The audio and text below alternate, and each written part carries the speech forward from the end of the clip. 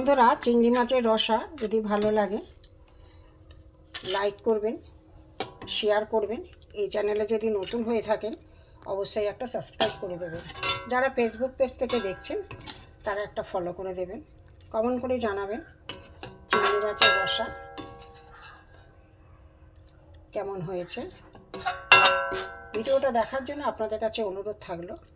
চলুন যাই, ভিডিওটা কীভাবে করেছি প্রথম থেকে দেখতে থাকি।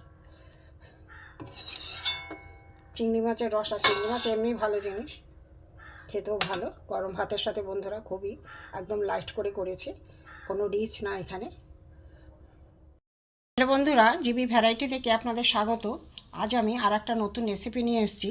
দেখুন, এখানে চিংড়ি মাছ নিয়েছি। চিংড়ি মাছগুলো আমি ছাড়িয়ে, খোসা ছাড়িয়ে নিয়ে এসেছি, ধুয়ে পরিষ্কার করে ধুয়ে এর একটা আমি রেসিপি করব। দেখতে থাকুন।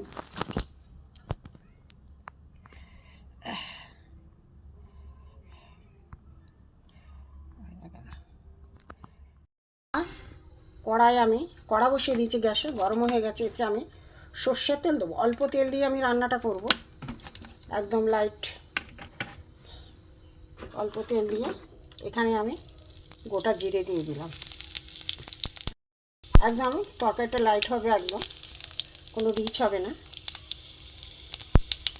এটা আমি শুকনো লঙ্কা, তেজপাতা দিয়ে দিলাম। জিরেও ফোড়ন হয়ে গেছে।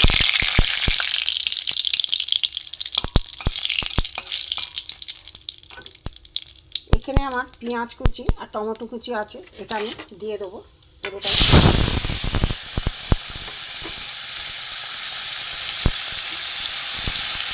একটু ভাজা ভাজা হয়ে আমি নুন দিয়ে দেবো যাতে নরম হয়ে যায় পেঁয়াজটা আর টমেটো। চিংড়ি মাছের রেসিপি করবো।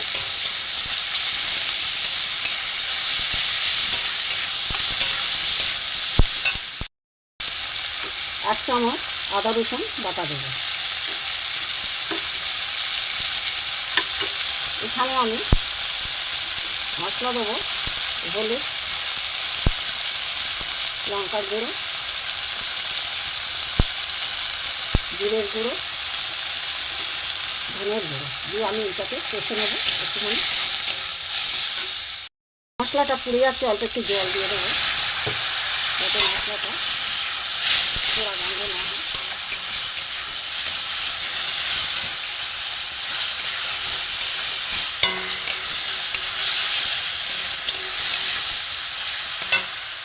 এখানে আমি জল দিয়ে দেবো এবারে।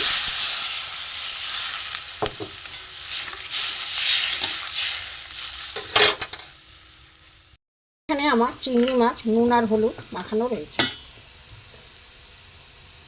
এবারে আমি ঝোলটা ফুটে গেছে, আমি চিংড়ি মাছগুলো এতে দিয়ে দেবো। কাঁচা চিংড়ি মাছই দিয়ে দেবো।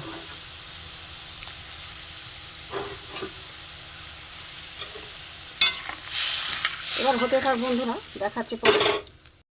বন্ধুরা, চিংড়ি মাছের রসা হয়ে গেছে। চিংড়ি মাছটা আমি আর ভাজিনি, এই মশলার মধ্যে বসে ঝোল ফুটতে দিয়ে দিয়েছি। এবার আমি নামিয়ে দেখাচ্ছি। চিংড়ি মাছের রসা আমার হয়ে গেছে।